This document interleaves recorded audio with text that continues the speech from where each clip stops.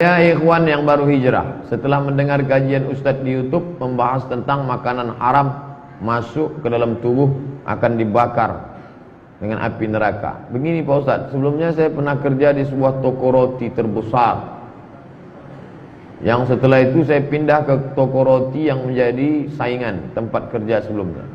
Adapun posisi saya tempati di tempat kerja sebagai orang ngontrol bahan produk diolah dalam pembuatan roti tempat tersebut selama 5 tahun.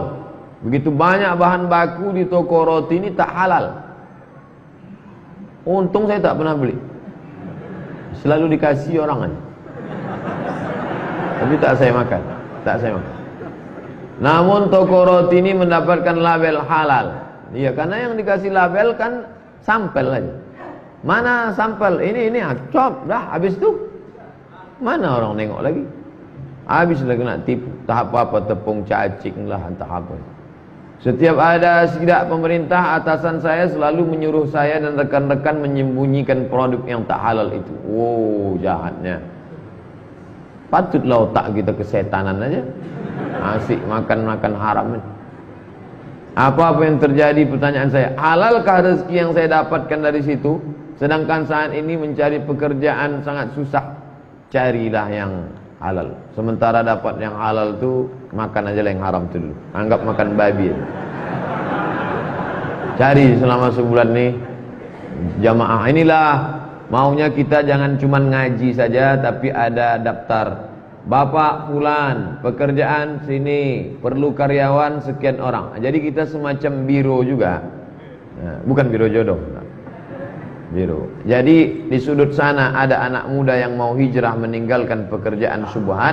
Di sudut sini ada bisnismen yang mencari karyawan. Ketemunya di mana? Di masjid. Di sudut sini ada anak muda yang baru hijrah. Di sudut sini ada. Jadi ketemu. Sekarang kan tidak. Ngaji. Kenal kau sama saya? Enggak. La salam wala kalam. Tak ada ngobrol. Kadang lebih solid pula pemain gaplek lagi dari pengajian. Bagaimana saya nanti di akhirat minta maaf Pak Ustaz? Oh, minta maaf lah ke semua yang makan roti sepekan baru. Buat aja video pendek. Kepada seluruh yang makan roti saya mohon maaf. Saya tak bisa datang ke satu-satu. Kalian tontonlah ini. Dulu ku buatkan ini, campurannya ini. Buat. Kalau takut wajahnya nampak, di blur kan, suaranya buat suara saya dulu. Saya campur dengan abang. Kan ada tuh. Nanti saya buatkan. Minta maaf kepada seluruh umat Islam biar sadar. Solusinya mana? Belanjalah ke roti muslim. Roti muslim. Ustaz Somad, ini roti kami ini di Jalan Dirgantara. Dirgantara, depan kantor Pak Jenderal Edinatar Nasution, masuk dalam ada Bintara, Dirgantara sana, Bintara. Ini Pak Ustaz, roti kami ini telur ayamnya dicuci dulu. Telur ayamnya dicuci karena telur ayam tuh kulitnya kan najis karena keluar dari lubang ciri ayam. Maka dibasuh orang tu dulu. Jangan sampai enggak. Ini tangan satu, ambil telur ayam, cok. Itu yang megang najis, itu juga yang membuat adonan. Patutlah sedap. Maka telur ini cuci dulu Pak Ustaz. Makan, jaga makanan baik-baik. Harus bagaimana saya ke depannya Pak Ustaz? Cari kerjaan yang baik, habis itu taubat. Minta ampun kepada Allah. Mudah-mudahan Allah mengampunkan dosa silap salahmu saudara. Amin. Saya pun banyak silap salah. Bukan tak ada silap salah. Manusia tak lepas dari silap salah. Ustaz, apakah benar tak ada yang namanya bid'ah hasanah? Idza wafaqa sunnah fa bid'atu huda. Kalau perbuatan itu baik, sesuai dengan sunnah, masih dipayungi dalil hukum syar'i, maka dia disebut huda, baik. Idza khalafas sunnah, kalau bertentangan dengan hadis, bertentangan dengan Quran, maka bid'atun mazmumah. Itu Imam Syafi'i yang bagi. Saya lebih percaya Imam Syafi'i. Kalau ada yang mengatakan tak bisa dibagi, saya lebih ikut Imam Syafi'i. Imam Syafi'i itu alim, nasirus sunnah, di kepala dia semua. Bagaimana pendapat Ustaz tentang jamaah tabligh dakwah dari pintu ke pintu?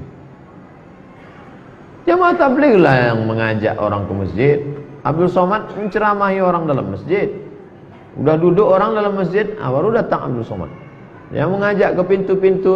Assalamualaikum Pak Haji, ayo kita ke masjid. Usah kau ajak aku, kata Pak Haji. Aku udah bolak-balik ke Masjidil Haram. Sombongnya minta. Kau pernah Masjidil Haram? Belum Pak Haji. Pergi. Udah bolak-balik tapak kaki ke Masjidil Haram. Sombong. Tapi dia besok datang juga lagi. Senyum lagi. Pak Haji kata, colekkannya minyak wangi. Pak Haji belikannya siwak. Minyak wangi itu lebih mahal lagi. Di Madinah nih beli. Baik Pak Haji, besok datang juga lama-lama muak Pak Haji. Yalah, ayo kita pergi gitu. Teman saya ada yang yakin bahwa dia playboy syariah. Bagaimana cara saya memberitahukannya untuk tidak menjadi playboy? Inilah gara-gara bank syariah, bank konvensional semua mau disyariahkan orang. Playboy pun syariah. Mungkin yang dia maksudkan itu laki-laki yang menjaga kehormatannya, ikut remaja masjid, soleh, ganteng, tapi dia tak melanggar hukum syar'i. Kalau itu baik. Tapi kalau dibawanya anak gadis orang pakai jilbab, itu tidak membuat yang syar'i menjadi syar'i hanya karena dengan jilbab. Justru merusak. Anak-anak gadis yang jalan pacaran pakai jilbab itu merusak jilbab. Nanti orang akan berkata lebih baik tak berjilbab tidak pacaran daripada berjilbab pacaran, kan rusak. Orang tua jangan biarkan. Jangan biarkan anak kita pergi ya ma, ya kau pakai jilbab silakanlah pacaran. Itu merusak. Orang tua ini yang menjerumuskan anak. Naudzubillah.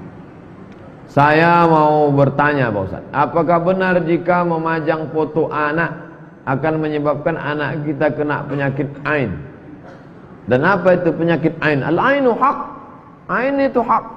Jadi kemarin waktu di Bangka Belitung jumpa di ruang tunggu dengan Ustadz Yusuf Mansur. Jadi sahabat-sahabat muji, ini sedang viral loh sekarang Pak Ustadz. Jangan cuma itu, sebut Alhamdulillah. Jadi jangan disebut Alhamdulillah itu, maka ain itu bisa hilang.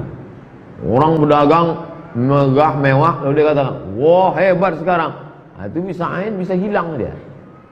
Ain berasal dari kata mata, karena awalnya mata melihat, lalu muncullah hasad dan lain sebagainya. Maka ucapkan Alhamdulillah, pujian kepada Allah, salah satu cara mendekatkan diri kepada Allah Subhanahu wa taala. Cantik anaknya, lucu ya. Alhamdulillah. Alhamdulillah. Istrinya solehah ya. Alhamdulillah. Istri siapa tuh? Istri kawan saya. Istri kawan. Saya ada bisnis dengan teman, menanam modal ratusan juta yang berakhir pada 2 tahun. Pada kenyataannya setelah itu lewat 2 tahun, bahkan saya tak minta fee karena takut riba. Ketika saya nagih, saya malah diminta ikhlas agar rumah dia bisa terjual untuk bayar hutang. Sekarang dia menjadi lebih islami. Pertanyaan saya, ada tak doa agar kawan itu bisa cepat bayar hutang? Bagaimana adab menagih hutang dalam Islam? Ini dari awal sudah salah setting. Saya seakrab apapun kawan, akrab. Saya kasih tahu di awal, kau jangan tersinggung ya. Aku bukan tak percaya, tapi kita menjalankan firman Allah. Pak, bapak jangan tak percaya sama saya. Ambil kertas. Tak ada kertas Pak Ustaz. Apa yang ada di situ? Kotak-kotak sobek tak apa? Saya akan bayarkan nanti pada tanggal sekian. Nanti sampai masanya kita datang bawa friend, ya, akhi, ya, ini tanggal. Fa in kana dzu usratin, kalau dia dalam kesusahan, fa naziratun ila maisarah. Tunggu sampai dia lapang. Aku sedang susah nih. Kau lapangnya kapan? Aku lapang insyaallah 1 Januari 2018. Oke? Tanggal datang.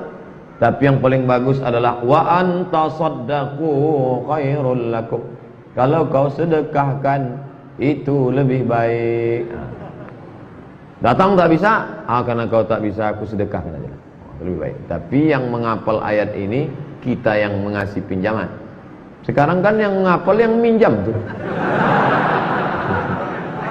Pas kita datang menagih, kapan kau bayar? Dibaca wa anta saddaqu khairul lakum. Kalau kau sedekahkan lebih baik. Andai ustad lah, ini andai ustad. Ini realnya aja lah. Kita kan enak bilang sabar ya, sabar. Andai ustad lah ngalami 200 juta dipinjam. Dulu kita memang salah, mungkin karena belum ngaji, percaya aja. Pinjam 200 juta. Sekarang dia tak bayar. Apa yang ustad lakukan? Saya polda kan. Saya lapor ke polda. Lapor ke polisi, minta ini tangkap nih orang. Kalau ada aset dia jual. Dia mesti. Kita yang tegas dalam masalah utang itu bukan kita dendam. Kita mau menyelamatkan dia, jangan sampai dia dan anak cucunya makan haram. Kita biarkan dia makan 200 juta. Sekarang dia lebih islami. Dia merasa lebih islami. Anaknya makan haram, bininya makan haram. Mati kita. Dia mesti balikkan itu di akhirat. Dia cari kita di akhirat. Makanya kalau ada orang tegas dalam masalah hartanya, dia ingin menyelamatkan saudara. Begitu juga masalah warisan. Mati mak kita, mati ayah, meninggal ayah kita.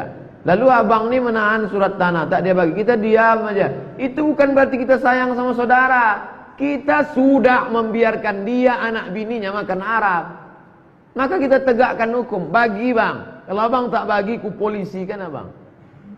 Aku sayang sama abang. Aku tak mau abang makan haram. Mendengar polisi kumat, mati dia. Alhamdulillah. Bisa cepat dibagi.